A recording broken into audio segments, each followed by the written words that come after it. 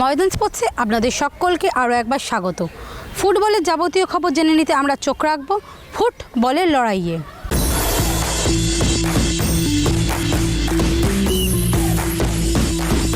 আমাদের অত্যন্ত প্রিয়, খুব কাছের লোক, কিন্তু নির্বাচনী ব্যাপারে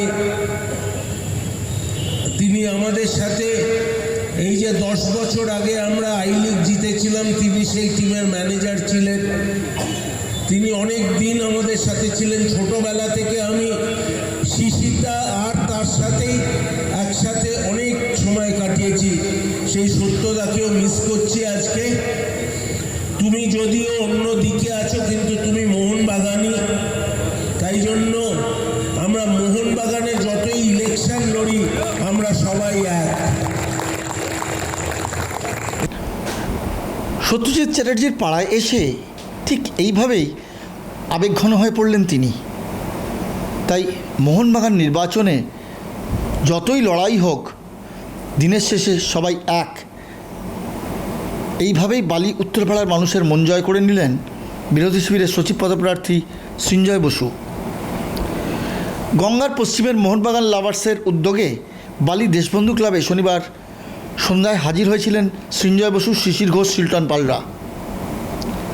10 বছর আগে আজকের দিনেই বেঙ্গালুরুর কান্তিরাবায় আই লিগ জিতেছিল মোহনবাগান। সেই দলের ম্যানেজারের পাড়ায় এসে নিজেকে আর ধরে রাখতে পারলেন না তিনি। সত্যজিৎ দার সাথে এতদিন, এটা তো আজকের সম্পর্ক নয়। সত্যদার সাথে ছোটবেলা থেকে করেছি, তারপর সত্যদার সাথে একই প্যানেলে ছিলাম এতদিন। সো ডেফিনেটলি সত্যদাকে মিস করছি। মানে আজকে বালিতে আগে যতবার এসেছি, নয় বীরু কাকু থেকেছে, সত্যদা থেকেছে, সো সেখানে তো মিস করছি। আর এটাই তো আমার মনে হয় আমরা একটা মোহনবাগান পরিবার। এবং প্লেয়ারদের ক্ষেত্রে আমি সেটাই, যে প্লেয়ারদের তাদের বক্তব্য আছে, ডেফিনেটলি তারা দিতে পারবে, কিন্তু তাতে কোনোদিনই আমার সেই ভালোবাসাটা নিয়ে নেবে না। ওই প্যানেল এই প্যানেল তো আছেই, কিন্তু আমাদের আমরা সবাই তো মোহনবাগানই। আমরা অনেকটা সময় মোহনবাগান একসাথে কাটিয়েছি। আমাদের অনেকটা সময়, আমি যখন ছিলাম তখন একটা সময় মোহনবাগানের ম্যানেজার ছিল সত্যদা। অস্বীকার করার জায়গা নেই। তো এখন ব্যাপারটা হচ্ছে যে যে যার মতো নির্বাচনী সভা সারছে, যার জন্য খুব স্বাভাবিক সত্যদা আমাদের সাথে থাকবেন না। বাট আজকে এমন একটা দিন, যেদিন আমরা 10 বছর চ্যাম্পিয়ন হয়েছি, আর সেখানে সত্যদা ম্যানেজার ছিল। তো আমরা সকলেই আজকের দিনটাও আমরা সেলিব্রেট করি, যখনই আমরা স্মরণীয় তো আমাদের কাছে। তো আমাদের কাছে সবাই আমরা আলটিমেটলি দিনের শেষে মোহনবাগানি। সৃঞ্জয়ের বালিতে এই সভা করা নিয়ে চাপা উত্তেজনাও তৈরি হয়েছিল। হোর্ডিং লাগানো ঘিরেও দেখা গেল শাসক ও বিরোধী শিবিরের মধ্যে লড়াই। মূল প্রবেশদ্বারের সামনে সৃঞ্জয়ের সমর্থনে একটা ব্যানার ঝুললেও তার দুই ধারে দেখা গেল শাসক শিবিরের ব্যানার। মঞ্চে নিজের বক্তব্য রাখতে গিয়ে বিষয়টি তুলে শাসক শিবিরের কর্তাদের বিঁধলেন সৃঞ্জয়।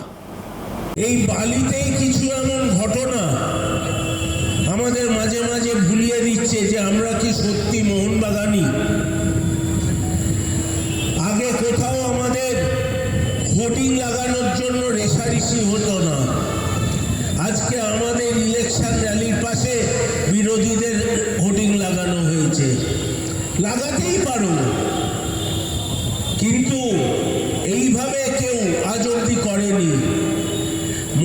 এই যে যারা আজকে ইলেকশনের নামে এই জায়গায় নিয়ে যাচ্ছে, তারা একটা জিনিস বুঝছে না, ক্ষতি হচ্ছে মোহনবাগানের নামের ক্ষতি হচ্ছে। আমারও হচ্ছে না, যে সচিব পদে আরেক জায়গায় লড়তে চাইছে তারও হচ্ছে না। নামটা ক্ষতি হচ্ছে মোহনবাগানের। এটা কোনোদিনই বাঞ্ছনীয় নয়।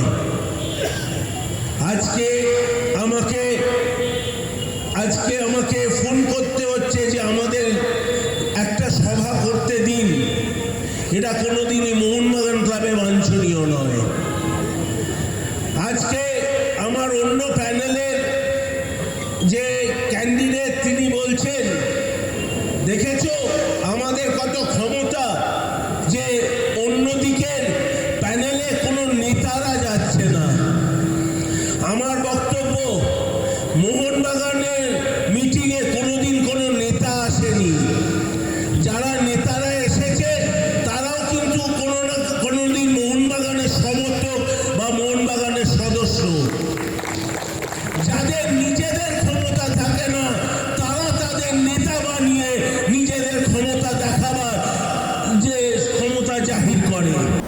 এর আগে শনিবার সকালে বর্ধমানে সভা করেন সৃঞ্জয় শিশিররা। বর্ধমানে মোহনবাগান সভ্য ও সমর্থকবৃন্দরা এই সভার আয়োজন করেছিল। এমনকি দর্শক আসন থেকেও উড়ে এলো প্রশ্ন, কথা হচ্ছে আমাদের ক্লাব তো ন্যাশনাল ক্লাব, তা আমাদের এখন যেহেতু বিসিসিআই চলে এসছে কুলিং অফ, কেন 3 বছরের পর কুলিং অফ হবে না? একটা লোক বছরের পর বছর সেক্রেটারি এটা করতে হতে পারে না।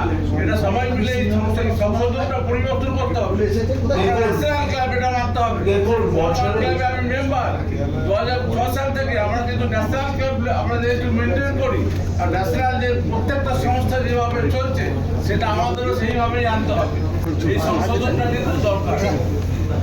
দেখুন, একমাত্র আপনি যদি বলছেন সংশোধন দরকার, এখনো কি কোনো স্পোর্টস কোড বলে কিছু আসেনি। First of all, second of all, একমাত্র বিসিসিআই তে একটা রুল এসেছে, সেটা সেই বিসিসিআই জন্য আলাদা রুল।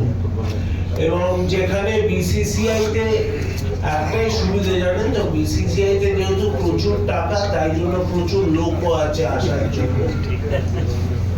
আজকে আমাদের আইএফএ তে আমরা প্রেসিডেন্ট আর সেক্রেটারি খুব কম পাই, কারণ আইএফএ তে টাকা নেই।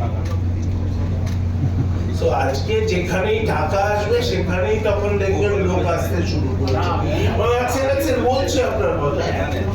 এবং মোহনবাগান ক্লাবের ক্ষেত্রে যেমন আমাদের, আপনি এখনো জানতে পারবেন যে আমাদের যে রুল আছে তাতে ইলেকশন নিয়েই এখনো রুল ক্লিয়ার নয়, যেটা নিয়ে আমাকে এবছর লড়তে হলো যে কেন 3 বছরের মধ্যে ইলেকশন হবে না।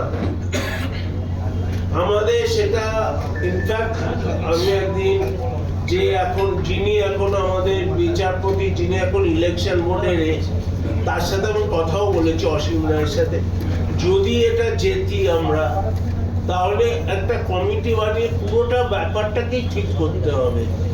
এই টার্ম অফ অফিস থেকে শুরু করে কিভাবে ইলেকশন প্রসেস হবে, বা যেমন দেখুন সব জায়গায় বলে ইলেকশন ডিক্লেয়ার হয়ে গেলে প্রেজেন্ট কমিটি কিছু নতুন কাজ করতে পারবে না। এই কমিটি ইলেকশন ডিক্লেয়ার হওয়ার পরেও রুলের অজুহাতে নতুন মেম্বারশিপ দিয়েছে 3-4 জনকে। এগুলো সবটাই চেঞ্জ করা দরকার। যেখানে শাসক শিবির শনিবারের নির্বাচনী প্রচারে মাঠে নামেনি, সেখানে বর্ধমান টু বালি নির্বাচন প্রচার করলেন শিলটনরা। বর্ধমান ও বালিতে সভা নিয়ে কী বলছেন শিলটন পাল? আমরা কালকে দুর্গাপুর করেছি, আজকে বর্ধমান আর বালি করেছি, কালকেও দুটো রয়েছে। আমরা চেষ্টা করি যতটা পারি আমরা মোহনবাগান মেম্বারদের কাছে, মোহনবাগান সদস্যদের কাছে পৌঁছানোর, তাদের কাছে পৌঁছে এটাই বলার যে তাদের কি মানে তাদের কাছেও জানতে চাইছি আমাদের কি বিক্ষোভ আছে, যেগুলো টুম্পাইদার প্যানেলটা সেগুলোকে যদি আসে, অবশ্যই আমি আশা করি আসবে, তাহলে সেগুলোকে সমাধান করতে পারবে এবং কি কি করতে পারে আমাদের প্যানেল আসলে, তো সেটাও লোকের কাছে জানিয়ে দেওয়া যে আমরা এগুলো করতে পারবো ক্লাবের জন্য। রবিবার আবার নির্বাচনী সভায় নামছে 2 শিবির জামাই ষষ্ঠীতে, তাই ভোট নিয়ে উত্তাপ ছড়াচ্ছে।